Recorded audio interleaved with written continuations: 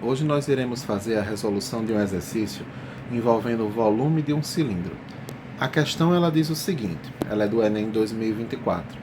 Ela nos diz, uma empresa produz embalagens para acomodar seu produto.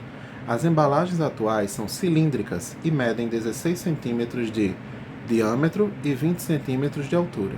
A pedido da direção, as embalagens terão um novo formato. Elas serão na forma de paralelepípedos retos retângulos, de base quadrada, de lado medindo 16 centímetros. A capacidade delas deverá ser pelo menos 400 ml maior que a das embalagens atuais. E ele coloca aqui uma das observações em negrito, dizendo, use 3 como valor aproximado de π. Então, quando a gente for fazer a resolução, onde tiver o valor de π, não iremos utilizar 3,14, iremos utilizar apenas 3. Aí ele pergunta, o valor aproximado da medida da altura das novas embalagens em centímetro é opção A, 11, B, 15, C, 17, D, 62 ou E, 66. Vamos ver aqui na nossa resolução. Primeiro a gente vai imaginar essas duas figuras. Tá aqui. Do lado esquerdo, nós vamos ter aqui desse lado esquerdo um cilindro, desse lado aqui, ok? E do lado direito nós teremos a nova figura, a gente vai chamar de novo formato, tá? Temos que levar em consideração que esse cilindro ele já possui dimensões dadas. Aqui, por exemplo, a altura é 20 centímetros, né? O diâmetro são 16 centímetros, a altura aqui já coloquei, né? 20, e π vai ser igual a 3. Aí tem uma coisa, nós sabemos que para cálculos que envolvem volume de cilindro, a gente não utiliza diretamente o diâmetro, a gente utiliza o quê? O raio. Então a primeira coisa que nós temos que ter ciência é que nós vamos utilizar o valor do raio. Quando chegar essa hora, nós vamos descobrir como achar esse valor. O nosso primeiro passo vai ser achar qual é o volume do cilindro. Nas aulas, geralmente eu sempre digo que você tem que imaginar o cilindro, né, que no caso esse daí é um cilindro reto, como se ele fosse um elevador, onde esse chão, que no caso é uma área circular, ou seja, uma área de base circular, né, então a gente vai dizer que isso daqui é um círculo.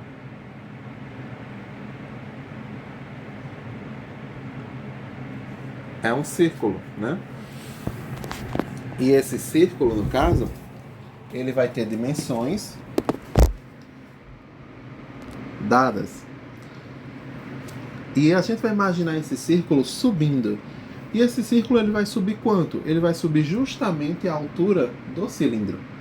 Então a gente pode dizer que a fórmula do volume do cilindro é basicamente uma relação multiplicada, ou seja, um produto, né, vamos dizer assim, entre a altura do cilindro, que vai dizer o quanto esse piso vai subir, e o piso, que é a base circular desse cilindro, ok?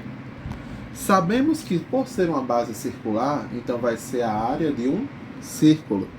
Lembrando que a área do círculo, a fórmula é essa daqui, ó, π vezes o raio ao quadrado, né? Então nós vamos fazer uma substituição. Aonde aqui nós estamos utilizando a área da base, vamos substituir por esse valor. Dito e feito, ó. Tá aqui a substituição após feito. Vemos agora aqui o volume do cilindro. Ele é igual a π, aqui. O raio elevado ao quadrado, vezes a altura. Ok? Vamos agora voltar à nossa resolução. Sabendo dessas informações, lembra que eu disse que a gente tem que achar o raio? Chegou a hora de achar o raio. Por quê? Porque ele apareceu aqui, ó. Como é que nós achamos o raio? Bem, o diâmetro, ele é qualquer que seja a medida do círculo que sai de uma ponta da sua circunferência, ou seja, do seu limite mais externo, ou seja, a linha que desenha o círculo é a circunferência. Você vai colocar um ponto em qualquer lugar dessa circunferência e vai traçar uma reta até a outra ponta oposta dessa circunferência. E vai criar um outro ponto. Como assim, professor? Não entendi. Tenho aqui uma circunferência, tá? Vamos pegar uma coisa diferente. Vou colocar aqui um ponto, tá vendo? Na circunferência. E aqui nesse meio, a gente tem que considerar que existe uma coisinha chamada o centro, né? Aqui nós vamos ter um centro C, ok? Vamos montar um outro ponto oposto. O que é oposto? É de frente. Algo que está de frente aqui, ó. Vai aqui de frente. Pá, chegou aqui, ó. Se a gente ligar esses dois pontinhos aqui, essa reta verde que passa pelo centro do círculo, ela é justamente o nosso diâmetro. Ok? É o diâmetro. Ah, professor, então eu já sei uma coisa. Eu sei que o raio seria a distância daqui do centro até uma dessas extremidades. Ok. Então, se o raio de um lado é igual ao raio do outro lado, então a gente pode deduzir que juntar dois raios é a mesma coisa que ter um diâmetro. E o contrário, seria dividir o diâmetro por 2, é a mesma coisa de que ter um único raio, ou seja, a metade do diâmetro é o raio. Ok? Então vamos utilizar a fórmula dizendo que a metade do diâmetro é igual ao valor do raio necessário. Vamos lá. E é justamente a fórmula que nós vamos ter aqui, ó. Podem observar que é essa daqui. Raio é igual ao diâmetro dividido por 2. Ok? Continuando a resolução. Próximo passo. Vamos substituir, tá vendo? Aonde nós tínhamos o raio, coloquei aqui o valor. Fiz a substituição aqui. Ô, seta feia. Agora tá melhor. Fiz a substituição. Tá vendo que a fórmula ela tá ganhando forma, né? Ela tá ganhando conteúdo, tá se desenvolvendo exatamente nesse modo. Ela vai crescendo. Agora ela chegou ao ponto em que a gente pode fazer as substituições. Eu posso substituir quem é π, né? Podemos substituir quem é d e quem é h. π a gente viu que é 3, né? d a gente viu que é 16 e h a gente viu que é 20. Chegamos aqui embaixo, ó, tá aqui os valores substituídos, tá vendo aqui? Ó, tá vendo aqui, aqui e aqui, ok? Ó, aqui tá os valores substituídos, né? Então o que é que a gente vai fazer? Nós vamos calcular. Vamos calcular o quê? Regrinha. Primeiro o que está dentro do parênteses, né? Depois o que está fora. Dentro dos colchetes, depois as chaves. E dentro de cada um desses símbolos tem que analisar primeiro a divisão, primeiro a multiplicação, depois a soma e depois a subtração. Então vamos lá o passo a passo, para a gente não esquecer. Vamos primeiro calcular então esse daqui, ó, 16 dividido por 2, que vai dar 8. Ok? Depois nós vamos calcular esse 8 ao quadrado, para poder ficar todos os números sem expoente e a gente poder multiplicar tudo. 8 elevado ao quadrado, 64. Agora, é mais fácil multiplicar 3 vezes 64 ou 3 vezes 20? 3 vezes 20. Por isso que eu multipliquei aqui, ó. 3 vezes 20. Que dá 60. 60 vezes 64, colocando aí na sua calculadora ou fazendo à mão, você vai achar esse valor de 3.840. Por que centímetros ao cubo? Porque lá no início, a questão ela nos deu as medidas em centímetro. Então nós vamos respeitar e utilizar essas medidas em centímetro até o final. Por que ao cubo? Porque é volume, né? 3 dimensões, é um sólido. Tá, terminamos a questão? Não. O que é que ele vai dizer pra gente? Olha o que é que ele diz. Lá na questão, vamos voltar. Ele vai dizer que a capacidade dessa nova forma, né, ela tem que ser pelo menos 400 ml maior do que das embalagens atuais. Então, se a gente já achou o volume das embalagens atuais, essa embalagem aqui nova, né, essa embalagem que vai ter esse formato, que ele chama aqui na questão de, tá aqui, ó, paralelepípedos, retos, retângulos. ela vai ter que ter um formato maior, né? Ela vai ter que comportar mais coisas. E a gente não sabe essa altura.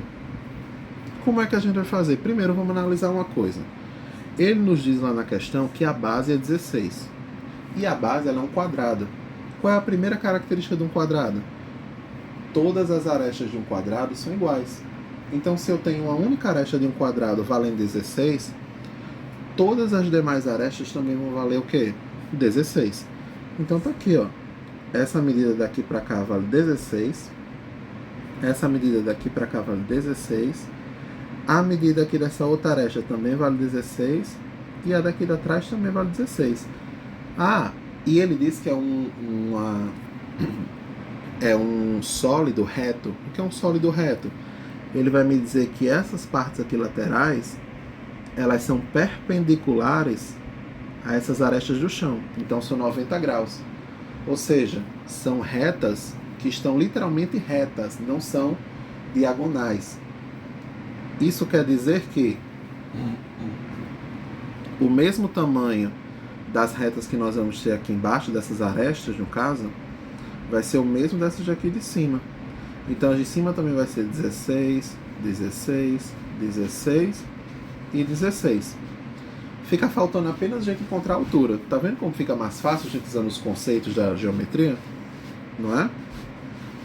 Fica bem fácil. Vou colocar colorido para ficar melhor de enxergar. Vamos colocar aqui, ó. Essa é igual a essa, que é igual a essa, que é igual a essa.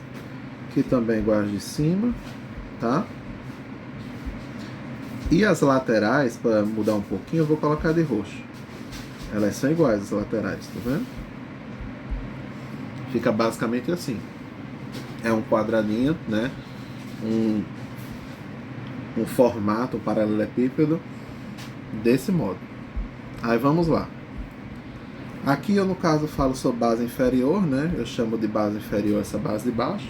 Vocês podem chamar de baixo, base inferior, como quiser. Aí vamos continuar. Primeira coisa. Ele nos dá lá na questão. Aqui, ó, ele diz que é 400 ml maior.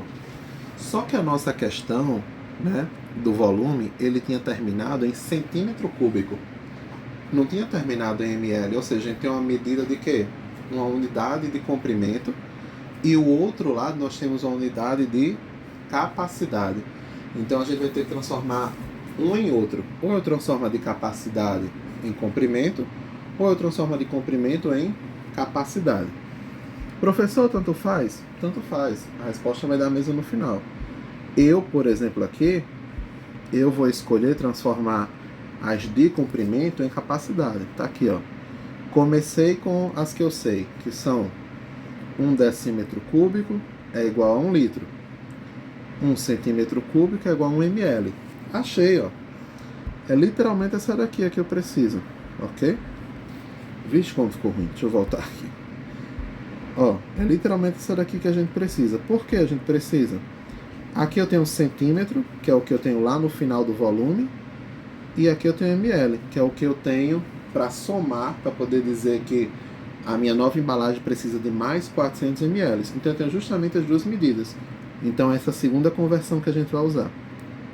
Logo, a gente vai poder dizer que 3.840 centímetros cúbicos é igual a 3.840 ml. Pronto, já transformamos. Saímos de unidade de comprimento para unidade de capacidade. Aí ele diz o quê? Que o novo formato ele tem que ter 400 ml a mais. Se significa algo a mais, então eu tenho que unir, eu tenho que somar, adicionar. Então eu vou pegar esse valor aqui, que é o antigo, né? O valor do formato antigo, vamos dizer assim, e vou somar com esse outro valor aqui, ó. Tá vendo aqui a soma? E a gente achou que esse carinha aqui, né? Ele precisa ter, tá aqui, ó, 4.240 ml. Então esse carinha, ele tem que ter 4.240 ml. Tem que ter tudo isso. Tá, professor?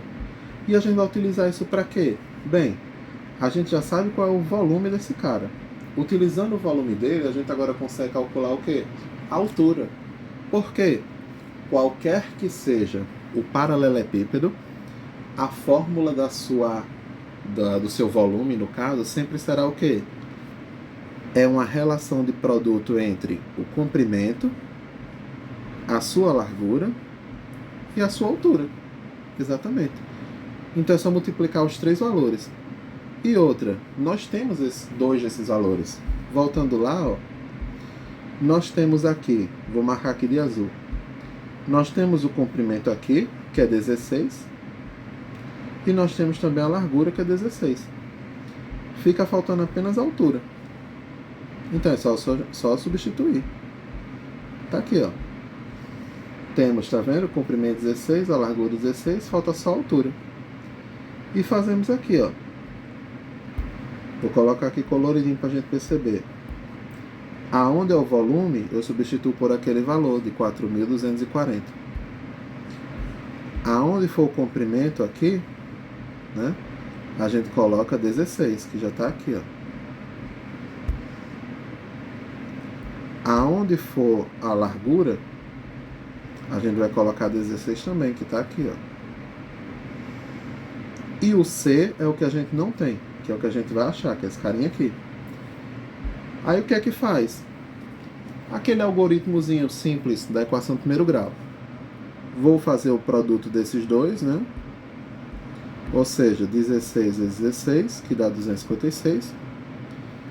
256 está multiplicando C. Eu não quero achar o valor de C, não quero isolar. Então 256, se está fazendo um produto com C, ele vai passar para o outro lado dividindo. Está aqui, ó, 256 dividindo 4.240. Dividindo 4.240 por 256, está aqui, ó, dá 16,56.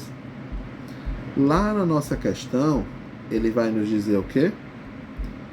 Ele vai nos dizer o valor aproximado.